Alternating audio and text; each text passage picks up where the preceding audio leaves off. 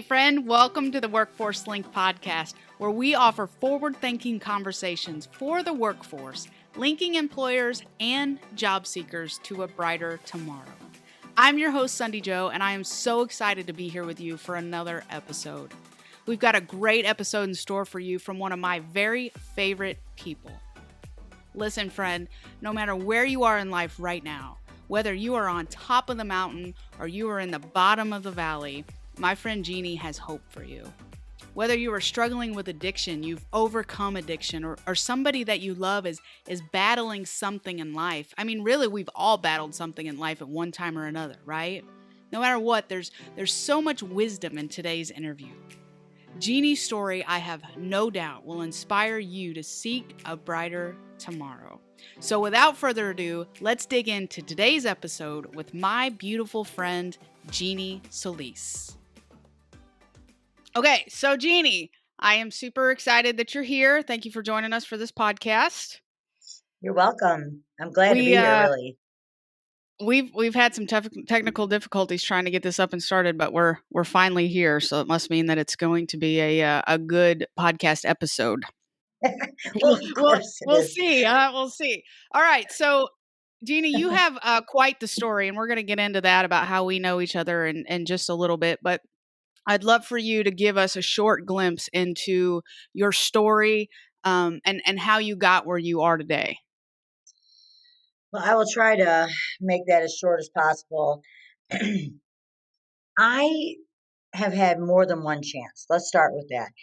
Let's start with the fact that my life has been very colorful at the very least. And like I said, I've had more than one chance. I entered the county jail about 11 years ago. And I didn't realize how much trouble I really was in, but I ended up with a 28-year sentence at the age of 44. I was so lost and so broken, so angry, full of hate, blaming everybody. I met this wonderful lady that came to pray for me. She was so full of grace. And I knew right then that I needed to make a change in my life. I didn't know if I would even make it out alive, honestly. So I just decided that I was going to trust in the Lord, to be honest with you, and pray that everything that was being said to me about people, other people were praying for me and telling me about the Bible and all this stuff. I was just going to have faith. I had to have faith in something because at that age, at any age really, you never know what's going to happen to you. And I just had faith, and I cannot begin to express how beyond blessed I have became. That's the start of this, and that is as short as I can make it. Well, thank you for sharing. You talked about getting a 28-year sentence. Yes. And so that, that's definitely not a small thing. That's a big blow to somebody's life. But a little about the backstory of that. Share with our listeners how you got there. You don't just go to prison because you're bored, right? You No. had some serious stuff going on in your life. Share a little bit about what those things were, if you don't mind. Sure. So, as a young person, I really, first of all, I come from a very good family. I my family was very good. My parents, I've always have said that I felt like they were too old to have me. I was a rebel. I felt like the more felonies you got, the cooler you were. When I tell that to people, it's odd that people that know me from back when I was a child, they say, I get that. And I'm like, really? I mean, that's disturbing to me because I'm an intelligent woman, but that is not an intelligent statement. So I Yeah, never knew. let's park Okay. there for a second. Let's park All there for right. a second. The more felonies, the better. Like you said that you related a lot more people related to you in that statement, and I had never heard that statement until I met you. Why do you think that is? That people think, hey, the more I stack up on my record, the cooler I am. Well, when I say that, I'm saying that about some people that seen that in me. but Uh-huh. they weren't in trouble. Um, but the other people, the other realm of that is my role models, Bonnie and Clyde. That's just the one thing that so you think that that's cool. It's just like, I never really thought about it, but you know how they had smoking commercials all through your life? I'm so glad they took that away. Yeah, you see I the never, Marlboro Man. You see the Marlboro Man, and you're like, I'm supposed to depict that. That's cool. The guy's standing up, in his shadow yeah, with the cowboy hat on, and you want to be part of that. you do. And it's not really about your upbringing. You could have found that anywhere. Virginia Slims their logo was, it's come a long way, baby. And, when people want to be cool, their fingers flashing out this way. So as time goes on in my life, I just start stacking up felonies. I don't think 35 years ahead because I am currently on parole right now. And praise God, I will get off this coming Christmas. My daughter is going to be 40 years old. I started my first 120 when she was 35 or when she was 4 years old. So that's the thing. I did a 120. And here's another statement. If I probably, who knows, hindsight's 2020, but if things would have been tougher on me from the very beginning, things may have been a little bit different. But I did a 120 for hitting a parked car. Then I did a 120 for drugs. Then I did long-term treatment for a year in prison for drugs. Then I did 4 years for drugs. Then I got the 28-year sentence. Like I said, I had been given chance after chance after chance. Yeah. So Yeah. you don't think about those things. No, you don't. That goes back to what we learn about responding versus reacting. We Absolutely. react to life instead of respond, and look at the consequences that come from that. There's some serious consequences from not, thinking ahead, from not responding to our actions. So here you are with a 28-year sentence. What led to that 28-year sentence? Drugs? What was the crime? I The guess we could drugs. ask. So, and just like anything else, okay, so it started out in my life possession, then it went to sales and more possession, and then I advanced to be a meth cook. I didn't really see the lives I was destroying, honestly. I just thought I could make the dope for myself. But once we picked a jury of 12 peers, it was evident to me. It was very terrifying. It was one of the most terrifying moments in my life to look across the room at some grandparents and they looked at me like I was El Chapo. And I hadn't even, and again, there you go with the blaming and the rationalization. But I really didn't think, I was thinking to myself that day, I haven't even met your grandchildren. But it advanced.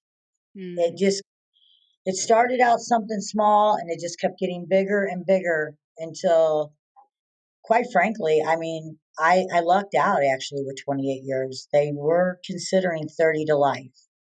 Wow. So, That's a yeah, that's a powerful statement that you just said, advanced. And I think that's the way addiction works, right? It starts out small until you can't get enough, until you can't get enough, until you can't get enough.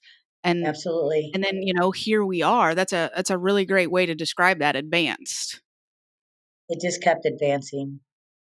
So here you are, you get a 28-year sentence, and you're headed to prison. And so tell us about that. Tell us about the time that you served, because you're doing this interview with me. Obviously, you weren't in prison for 28 years. So tell No. us tell us a little bit about that and what led up to that. So I think you're asking me what happened during that 10 years? Yeah. So how much time did you end up serving? Okay, so I ended up serving a total of 11 years. And so the thing is, at some point, you have, I didn't know. So, Hey, friend, taking a quick break from this amazing interview to share something with you. Picture yourself standing behind the counter at the shoe store. A customer walks in and wants to buy the best pair of shoes you have. They want a quality product, but they also want to save money. There's another shoe store across the street that's having a huge sale, but the customer came to you first. You only have a few minutes to explain why the customer should buy your shoes versus the shoes across the street.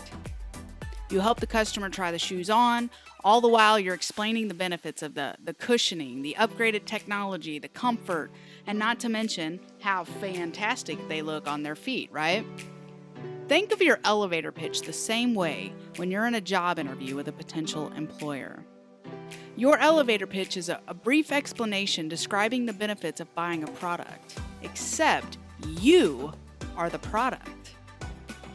An elevator pitch is one of the most important tools that you have when applying for a job.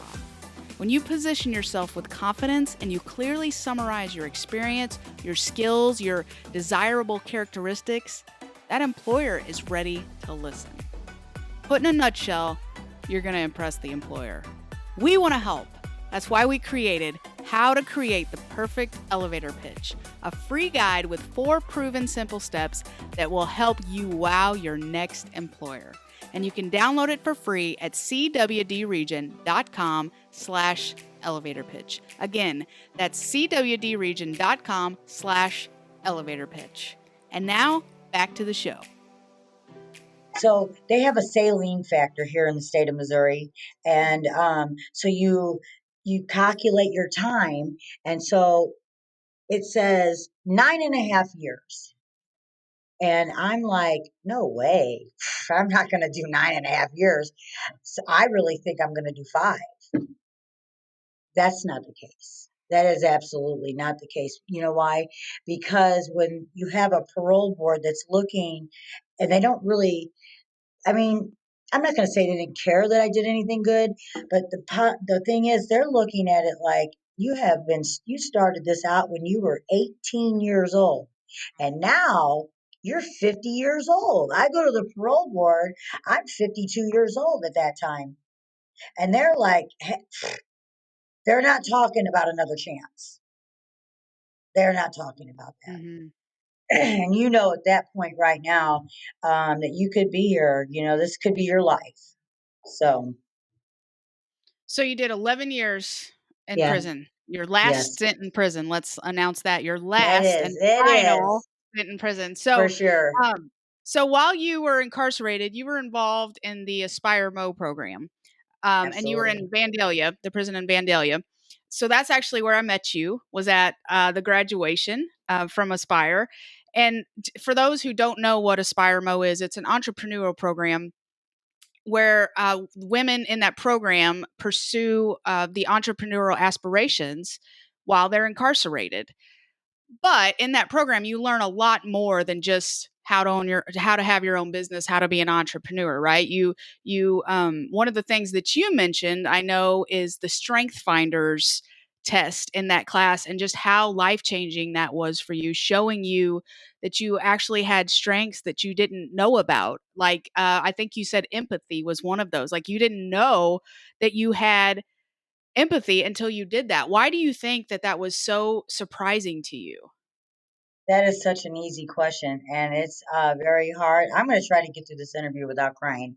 Um, for most of my life, I have been mean. I am selfish. I have been self-centered. I only mattered. So, that's a harsh reality when you look back at your life and see the people that you have hurt. And you can blame it on addiction. You can blame it on whatever you want to blame it on. The bottom line is there. So we do the strength finders test, and I am like about to start bawling in this classroom because I really did not know that I had empathy. Honestly, I didn't.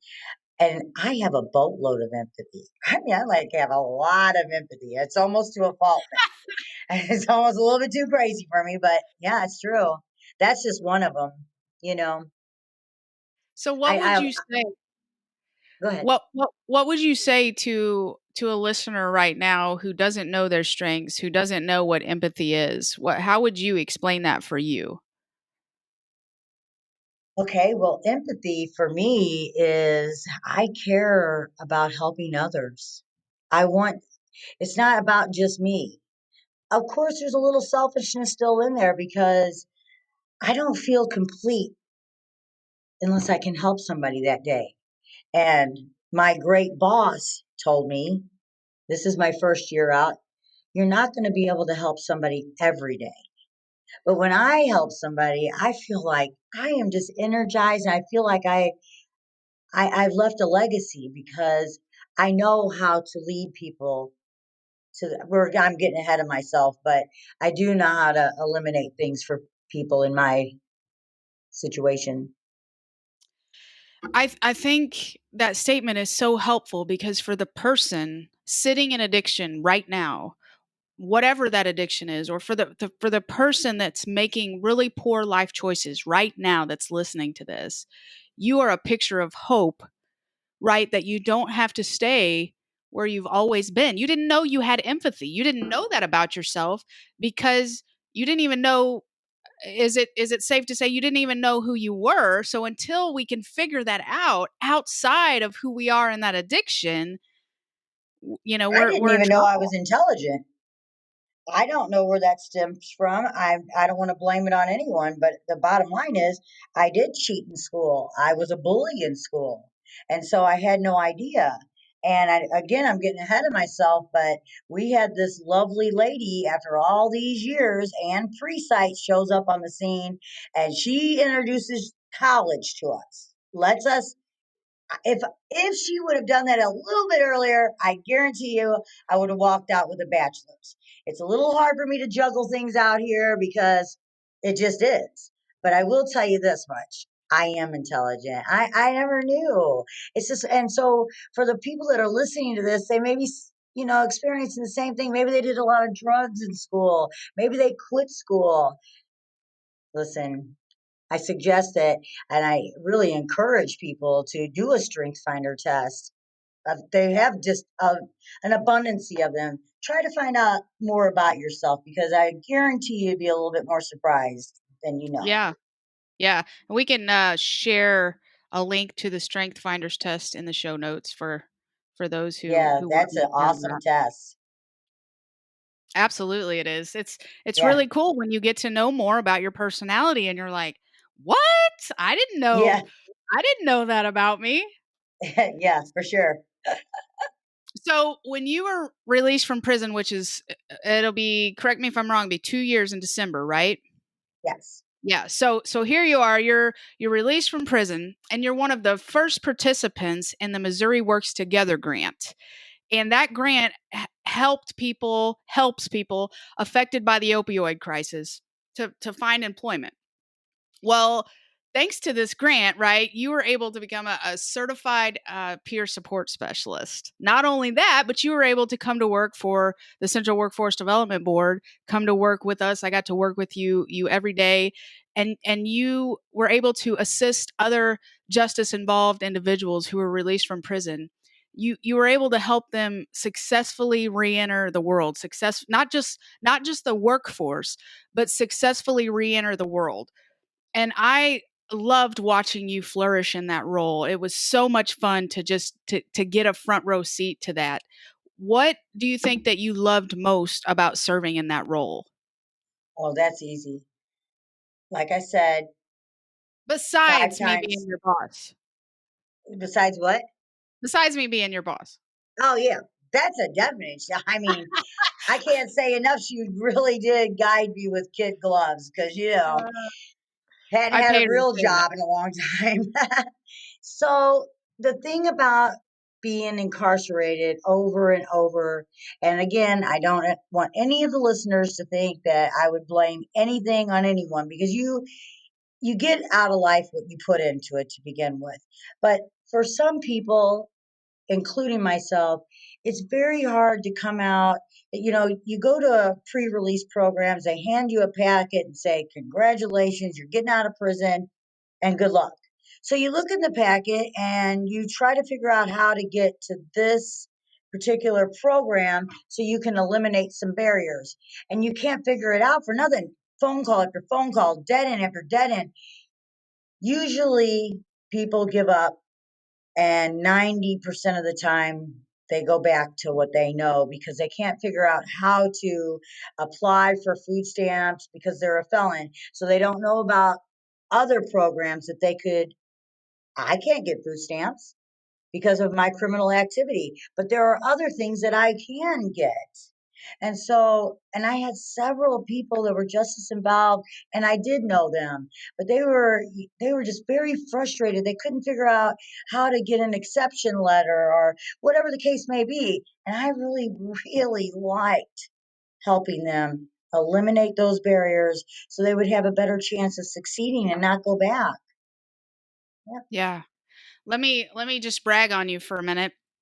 What was really cool for me is, being able to work with justice involved individuals was a whole new life experience for me because what you realize is that the majority in prison are not bad people, right? They've just made really stupid mistakes.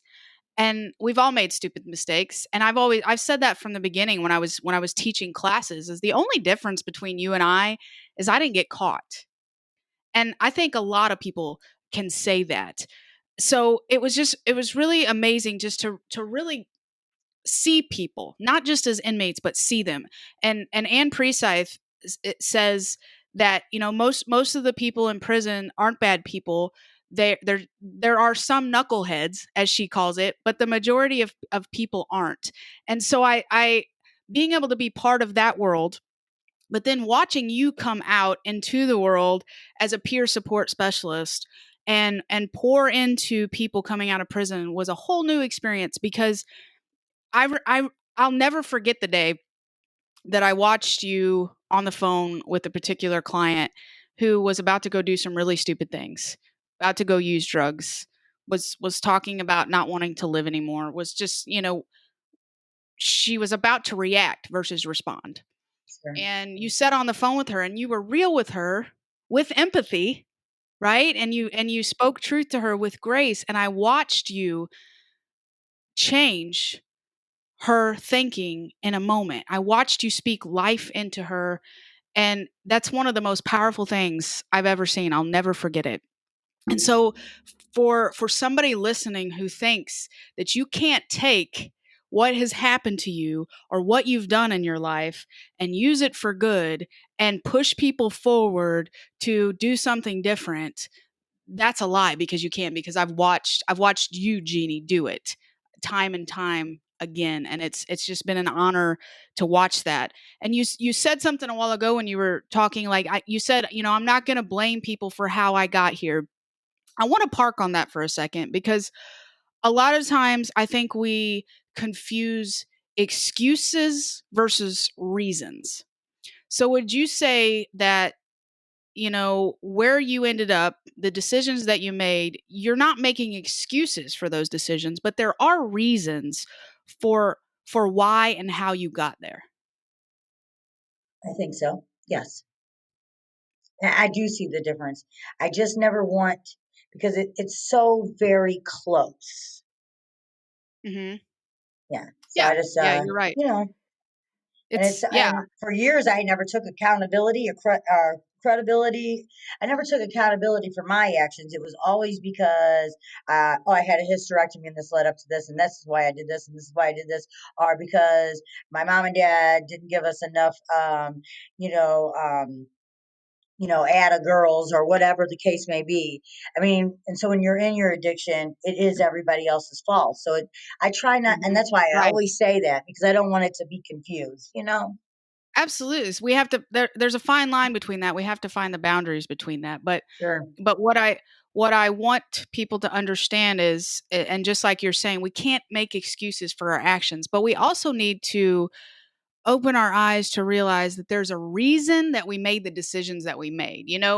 You correct me if I'm wrong, didn't wake up as a kid and say, I can't wait to grow up and be an addict. I can't wait to grow up and disappoint people. I can't wait to grow up and, overdose. You didn't say any of those things, No. No. but there were reasons in your life that led up to actions that you took. Would you say that's fair?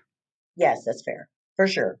But again, we have to find that balance. of You do. excuses versus reasons. But also what you've done is look at those reasons, right? And say, okay, how And can I overcome acknowledge that? them. Right. Acknowledge Yeah. them and then say, what can I do different? Not staying stuck. You didn't stay stuck. You decided to stop staying stuck. Say that 3 times fast. Stop staying stuck. Yeah, well, and that's true because in one of my cases, so I used to speak to pre-release girls. I would go there once a month, speak to about 100 people. So one of the reasons that I got one of these cases that I have is because I couldn't walk away. I couldn't, they had already ripped me off and everything. So I wanted to make people pay for it.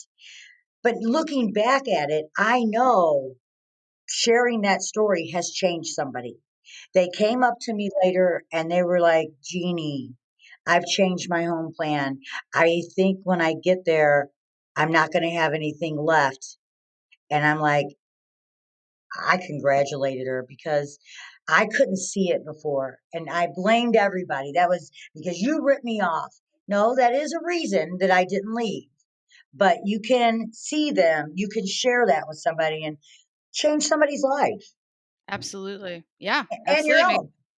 And your own for sure. Yeah. Yeah, because if you can't deal with it, how can you expect somebody else to deal with it? And Yeah. that's what I love about what you're doing. You're not saying, I don't want to you're not living in the past, but you're using your past to say, look, you can do something different. Let me tell you about it. Let me show you about it. And that's amazing. That's one of the things I love about the Missouri Works Together grant, and I hope that it continues because it's allowing people like yourself who've walked Sure. these paths to get jobs to pour into other people, and I love that. And you have the opportunity to do things that I can't do. I've heard so many different inmates say, if Jeanie can do it, I can do it. I They're do never hear going that to a be lot. able to Yeah, and they're never going to be able to say that about me or maybe a career manager that hasn't been in those shoes, because you know a walk that we will never know. And it's incredible. It really is. Yeah. It's astonishing, really, that Yeah. I tell people my past is how I got here. Absolutely. Yeah. Yeah, so don't think you can't be Exactly. something still can't be done with your life for sure. So, you served 11 years in prison, and then you were released right before a worldwide pandemic. So, it's I mean, it's hard enough coming back out into the world after 11 years of being in prison, right? But to Mhm. come out to this world of chaos, I can't think of a better word for it, complete chaos. That's a really hard adjustment. So, how did you handle that? How did you adjust to that? Well, first of all, I thought it was a joke. I did not really realize it, and I tell this to people, and they just crack up laughing. They were talking about the toilet paper, and so I had 3 rolls, big ones. I mean, I really thought that would be plenty.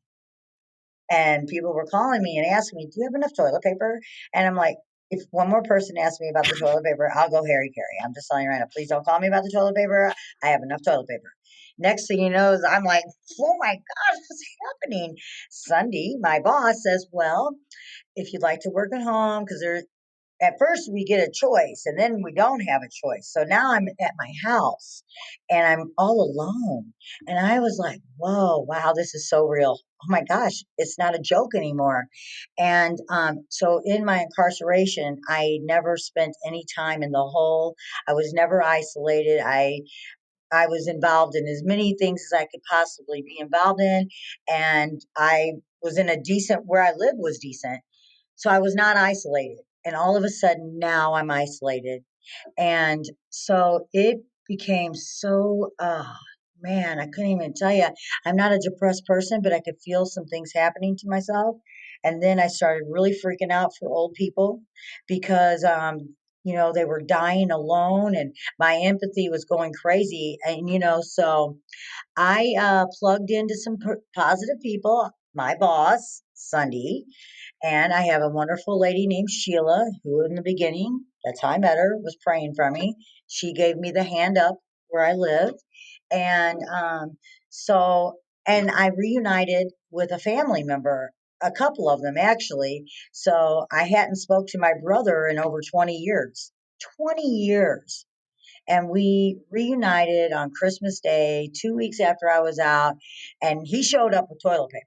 Okay, he at first we went by the law for 3 weeks. They said isolate at the end of the 3 weeks. Well, that wasn't happening anymore, and he showed up with commodities, and and so everything was going to be fine.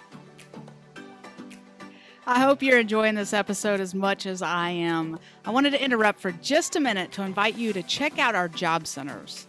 With 8 different locations throughout the central region, we have an excited staff waiting to assist you with all of your employment-related needs. Columbia, Rolla, Jefferson City, Lebanon, Lake of the Ozarks, and more. Whether you're looking for employment, want to go back to school and earn an education, or you're an employer trying to find your next great team member, our job center staff can help. Find your closest job center location today at cwdregion.com/job centers. That's cwdregion.com/job centers. Now back to the show. I pray, You never think about how much you're going to appreciate toilet paper. No, you don't. So for those who've never been in prison, it's easy to take advantage of the most simple things in life. We're all guilty of it, right? The things that we do day to day, using a cell phone, for example, starting a car, filling up our gas tank, so you name it. Well, you faced several barriers coming out into the world after 11 years. A lot changes in a year. Imagine, 11 years. So, can you talk about some of those challenges? Listen, the first one that happened to me was the key, my car key and the chip. And I had just started working for workforce development. I'll take you to the short version. I had another key made during my training as a peer support. They told me that key would only open the doors. It would not start it. It would not run it. I leave for work that day. I'm hysterical. I wasn't prepared for that. I live in an area where I don't have tow trucks available to me like I did in St. Louis. So the bottom line is I had the wrong key. I was not using the chip. Man, people started praying for me at work. It was just super crazy. And the nicer they were, the more I started crying. And that's one thing. During excuse me, during the training, I was standing in the hotel hallway. Now, when I left for prison, you could put the key down in that little slot. They did not have the one that you go like this in front of it. And I could not, I'm looking all over for that slot and I can't find it. I finally just call the front desk. Now I'm a little bit in hysterics. And I just tell her, listen, I just got out of prison and I've been in prison for a decade and I can't get in my hotel room. Could somebody please come and help me? And they're just like, oh, that's it. But one thing that you don't really think about, and I've had people that I've helped assist that absolutely they just started bawling because they went grocery shopping and there was so many choices. And I'll tell you one thing that I'm mostly affected by, and it kind of gets on people's nerves a little bit. There's so many choices out there about food. I don't make them very well because you didn't have the choices in there. So I usually, when I go out to eat with somebody, I wait to see what they order, and I just order what they do. I mean, you just got to find ways not to become hysterical over things. It Right. took me a long time to get that one solid, but yeah, it's just simple things like going to a grocery store and then the self checkout. People are like, "What's happening Mhm. with this?" So yeah, Yeah, I mean, I get overwhelmed at the grocery store. There's 75,000 different types of cereals, and you're supposed to just, pick one. So I can't. It's those yeah, things that those of us who have never been in prison, it's easy to take advantage of that. But that's a reality check of we've got to have more grace for people because it's the little things that can really be the big things to someone sure. coming back out into the world, into a crazy world at that. Having grace is a very big that's very powerful because if you're standing in line, if you don't really know much about it, and you're standing in line at the bank, and there's somebody in front of you, and they have to do a thumbprint, that they've been fingerprinted, and now Mm, all of a sudden they're asking for a thumbprint, try to have a little compassion for people, because what you think is just, why don't they know about that? Well, they didn't have that 20 years ago. Right. Right. Well, unfortunately, and sad for me especially, the MoWorks grant only lasted for a year, and so I only got to be your boss for a year. But though our organization couldn't keep you, our partner organization offered you a position, which was exciting for all of us. And so you transferred to our partner, which is the Central Ozarks Private Industry Council, to make that easier, also known as COPIC, and you transferred to them as a career consultant. And so you're still able to serve others, just kind of in a different capacity than what you did when you were just working with our justice involved individuals. But why do you think a position like this as a career consultant is ideal for somebody with your background? Definitely the compassion and empathy. It may not, and I don't want to say that I'm not helping any justice involved, because some people have been in jail or Right. something, Right. and they're trying to get a job. I may not know that they're not getting out of prison, but they've been on probation and maybe not. But the bottom line is, if you have the compassion to want to help somebody, it it's like anything in life. You can go to any place in the world and you can tell that somebody that has their heart into something, or somebody that's just there to get the paycheck, you know? Hmm. Yeah. Yeah. I get to help people a little bit Yeah. differently. I still get to work with some of the justice involved though, a little bit. Right. Yes, you're still a little bit involved in the Aspire Mo program, and so Yeah. again, you're still getting to do some really great things that I get to watch. So excited about that. So, what would you say, Jeanie, to somebody who wants to give up? Somebody listening to this podcast right now, and they're just like, I'm done. I don't want to do this anymore. What would you say to Yeah. somebody? Don't give up. I mean, that's the bottom line is, if you plug into your life and really be present, I know you may feel like giving up. I've been there so many times. But with that being said, if you just tell yourself, I'm going to contact a peer support specialist in your area. There's plenty of them. I'm not the only peer support specialist. I may be the only one in this office, but there's many of them in places, and I would contact one, somebody that'll help guide you through something, because giving up and going back to prison, or giving up and dying. It's just not good. So, when You you have to say to believe plug, in yourself.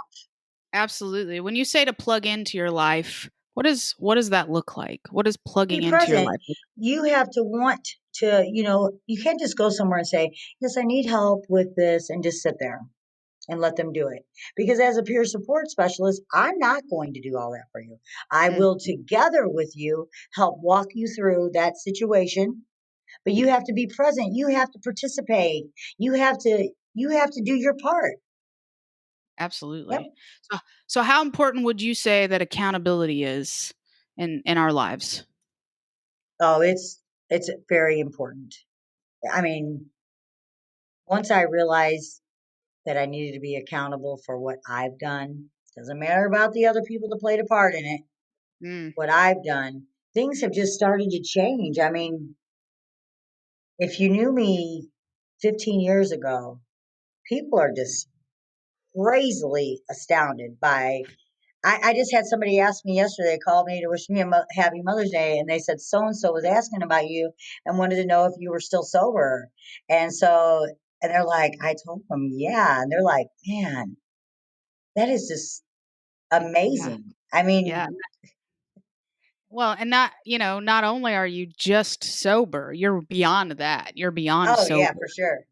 Yeah. Yeah. I've had other people in my past, they have children that are, they're having hard times, and they seen me on Facebook and seen what I do for a living. And so they have reached out. I'm actually friends with this person now. I never liked this person ever in my life. I never liked her. And I'm telling you, from 18 on, I never liked her. And so she asked for some help for her son. and I was able to guide her to help him out. So, I mean, that's reward. And it's, I mean, you just, oh, Absolutely. such a Absolutely. blessing. Yeah. Yes. So we can't have all work and no play in our lives, right? That gets boring. And so, what's one thing that you love to do for fun? Well, it's a whole long story, but I have these elderly dogs that somebody kept for me. And because I have a wonderful landlord, a wonderful parole officer, I was able to travel 4,000 miles to bring them home. After all this time, they are 13 and 14 years old now, and I love being with them. I would bring them to work with me. In fact, that they would stay in the car all day, but I don't want somebody to think I'm abusing my dogs. So that's one thing. I absolutely love to volunteer in the community. I hadn't as much since the pandemic, but I had started it before the pandemic. And just visiting elderly people is such a blessing. Yeah, Awesome. those are the things Awesome. I like to do. Well, Jeannie, this interview has been fun, and I believe that it's also been very hopeful. I think it's gonna speak to some people just seeing and hearing your story, and it goes back to that statement. I think if Jeannie can do it, I can do it. And so, I just thank you so much for visiting with us today and being so willing to share your story. Is there anything else that you would like to share with our listeners before we end today? You know, the one thing that comes to mind is just be kind to others. Be kind to others. It's one of my favorite scriptures, and because you never know who you're entertaining. Just be kind.